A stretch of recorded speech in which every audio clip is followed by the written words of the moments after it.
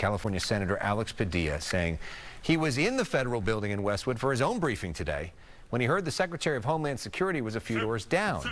He says the department has not been answering his questions, so he decided to ask them to her face-to-face. Then this happened. I want to say thank you to As Secretary Kristi Noem is in the middle of a press conference. Hands up, hands up. I'm Senator Alex Padilla.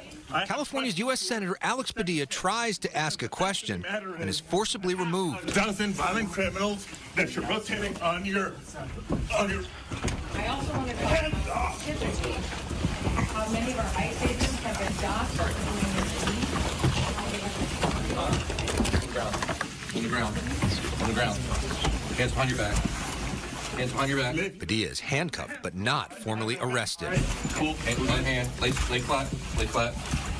I also want to talk about specifically how many of our ICE agents have been doxxed for doing their duty. Back inside, Noem moves on like nothing's happened. On a day she oversaw an ICE raid in Huntington Park. Reporters ask her about Padilla. I don't even know the senator. He did not request a meeting with me or to speak with me. So when I leave here, I'll have a conversation with him and visit and find out really what his concerns were. She talks with Fox's Bill Maloogian after sitting down with Padilla. We sat down. We had probably a 10-15-minute conversation. He and I exchanged phone numbers. We're going to continue to talk, and we'll have conversations. And, you know, we may be as far apart on the political spectrum as possible, but we're all human beings. Outside the federal building, Padilla is emotional. If this is how this administration responds to a senator with a question, if this is how the Department of Homeland Security responds to a senator with a question, you can only imagine what they're doing to farm workers, to cooks, to day laborers out in the Los Angeles community and throughout California and throughout the country. We will hold this administration accountable. You think about Alex Padilla, he's the first Latino senator in California history.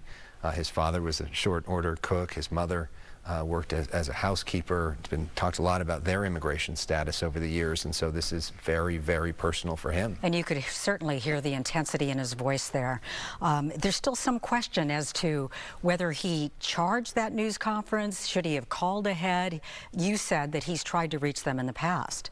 That's his team. He said that he's tried to reach out to Homeland Security. Kristi Noem says she's never gotten a call from him before. Kind of tough to tell whether he was charging at her. It wasn't like he was trying to attack her or something like that. But all in all, just sort of an ugly moment for American history, and a moment that people see very differently.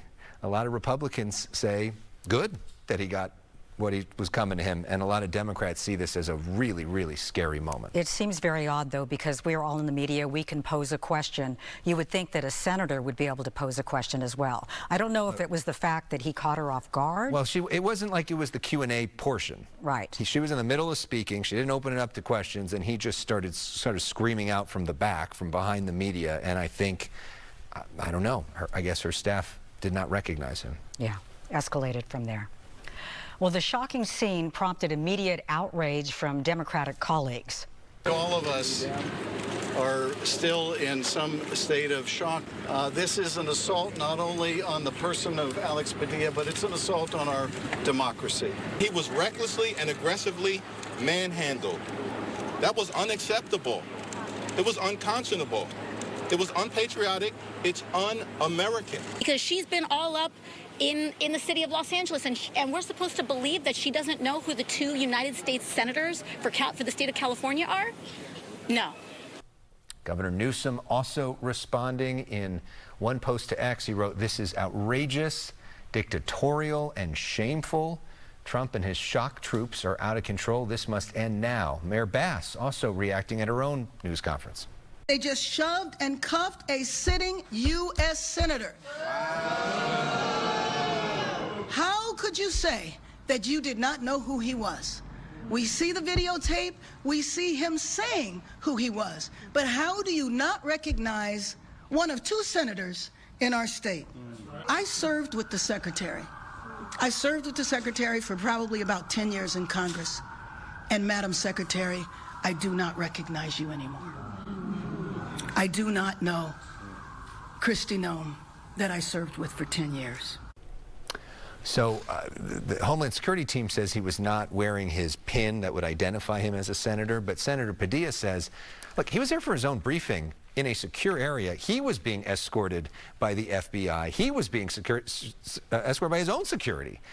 So it wasn't like he was some random stranger that came out of nowhere as well. You would think that the two teams would have communicated even prior to the point that he walked in the door, right? Well, he didn't know that this was even happening. He didn't realize that she was going to be there, and he just so happened and decided to walk over there. That's part of probably what happened here. But still, usually security team to security team, they're always in conversation. Right.